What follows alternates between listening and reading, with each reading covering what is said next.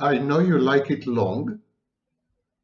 Get your minds out of the gutter.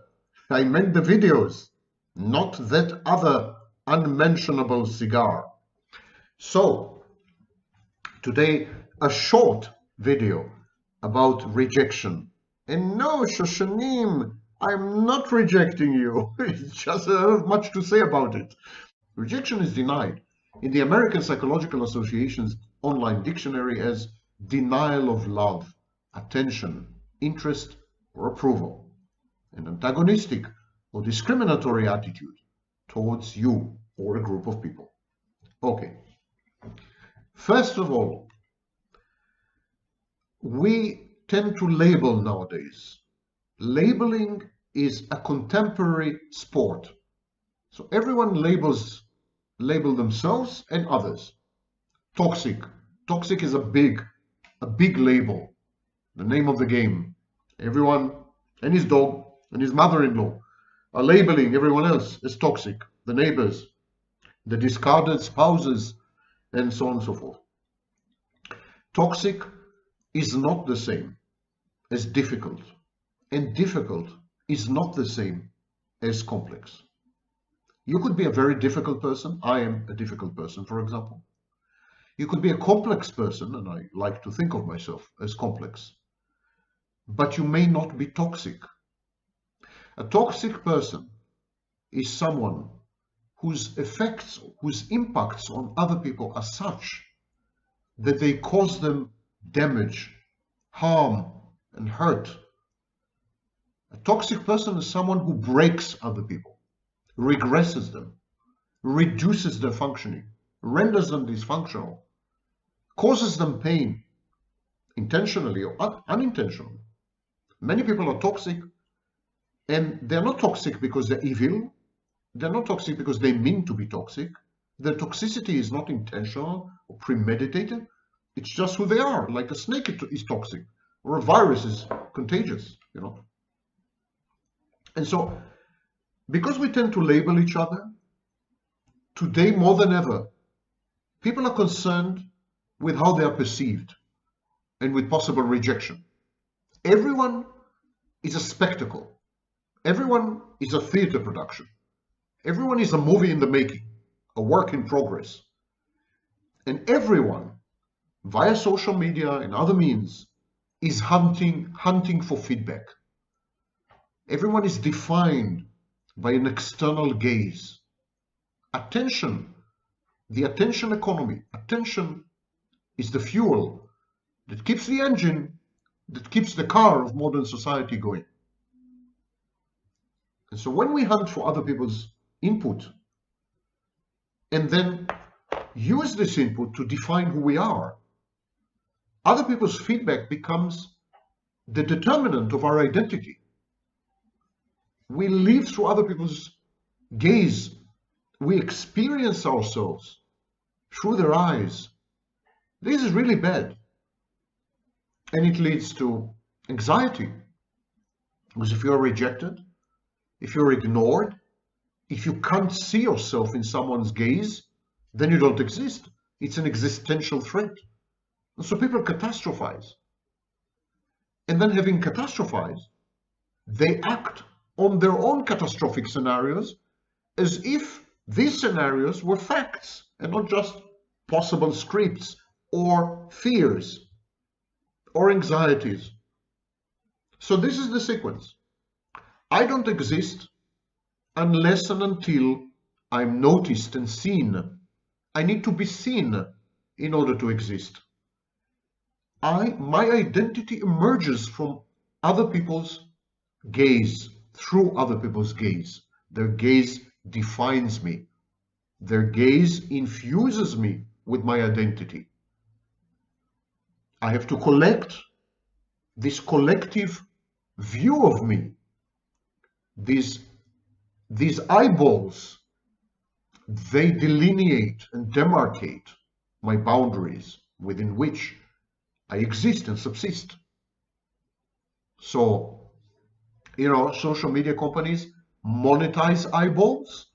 We don't monetize eyeballs, but we use eyeballs as identity markers. We collect eyeballs. It's like a hive mind of eyeballs, which then serves to define us. And if you fail in this enterprise of attracting a sufficient number of eyeballs to you, then this is a catastrophe, and that's why people catastrophize. And then catastrophizing is about the future. It's anticipatory. It's predicting a bad outcome. But people are so used to magical thinking that whatever happens inside their heads, they confuse with reality. If you wish something to happen, it will happen. If you think about something, it will occur. If you imagine something, it will become reality. This is magical thinking. We are encouraged to think magically. You know, The Secret, all this bullshit. So, when we imagine a catastrophe, it becomes instantly a fact, a reality. The catastrophic scenarios that we conjure up in our tortured minds, the scenarios that say you're not going to be seen, you're not going to be noticed, no one will pay attention to you, you're going to be ignored, and then you will die, obscure, forgotten. These scenarios, these catastrophic scenarios, are perceived as overwhelming, dysregulating, terrifying facts. These possible scripts become actual, and we act as if they were actual. To avoid this terror, this fear of rejection, you need to adopt a specific posture in life, throughout life, and with everyone. This is who I am. This is who I am. It's a take it or leave it proposition. Because it is a take it or leave it proposition, some people are going to take it and some people are going to leave it. So I'm going to anticipate and accept a certain amount of rejection as ineluctable, as inevitable. Being rejected will not kill me. Will not kill me. I may even grow stronger. I am who I am, and I can't be liked and accepted by everyone. Say to yourself these three things. Number one, rejection will not kill you. Repeat after me. Rejection will not kill me. Number two, they reject you. They've rejected you. It's their loss, not yours. Their loss. Each and every one of us is an entire universe. Rejecting someone is like rejecting the galaxy. Rejecting a whole world of emotions and memories and cognitions and facts and fun. People who reject are stupid. So it's their loss, not yours. Number two, repeat after me. It is the loss of those who rejected me, not mine. Number three, not everyone rejects me. It's a fact. Look around. Some people don't reject you. Some people do reject you. Some people don't reject you. Sometimes, some people, difficult people, complex people get rejected more often than accepted. But there's not a single man alive or woman alive who are rejected universally with no exception. None. Not one. So look at those who accept you and ignore those who reject you. Not everyone rejects you. This proves that the rejection has to do with the people who are rejecting you, not with you. It proves that you are capable of being accepted and liked and even loved. So being rejected is not something that has to do with you. Being rejected is something that has to do with those who have rejected you.